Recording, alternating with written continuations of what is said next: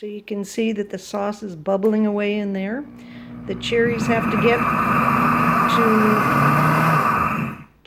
get to 212 degrees for the pectin to activate. Just before you get to the 212, you'll hear 3 beeps, and then it will flash saying add. At that point, we're going to add 2.5 cups of sugar. So the sugar is in, and we just push the button again.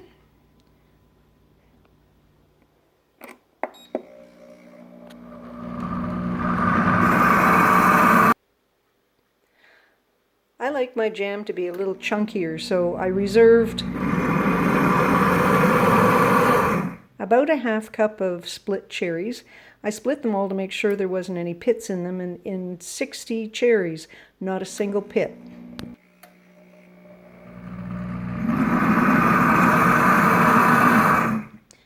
When you add the sugar, you'll notice that the temperature's gone down from 208 to 172, but it will go up again.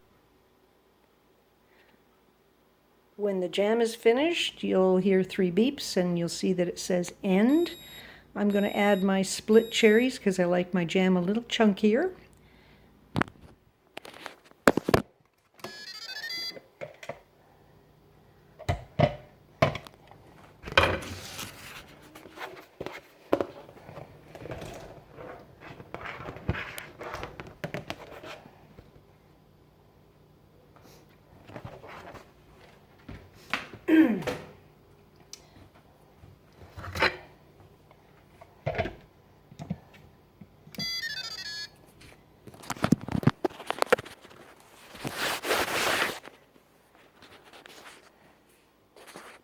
And I'm just going to pulse that for a few seconds just to chop up those cherries a little bit.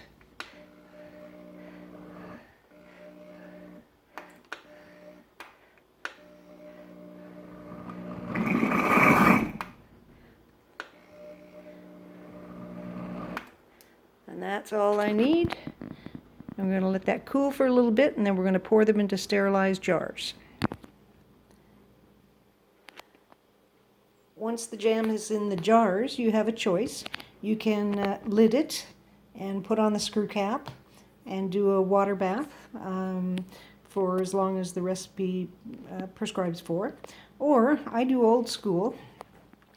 I put a layer of paraffin on, rotate it so that it seals right up to the glass edges, put in a piece of string, and add another layer of paraffin. That way you have a plug. And when you open the jar, you still put the lid on and the screw cap, but once you undo it, all you do is pull the plug and you're ready to have your jam, and it will stay shelf stable for a long time. And here's the best part about cleanup after jam making with our Deluxe cooking blender. All you do is put in 3 cups of water and a couple of drops of dish soap, and press the button once you have selected heated wash.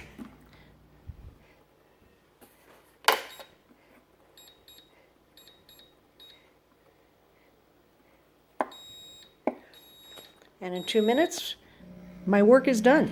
But in the meantime, I can go and relax. Now, what to do with all those cherry pits?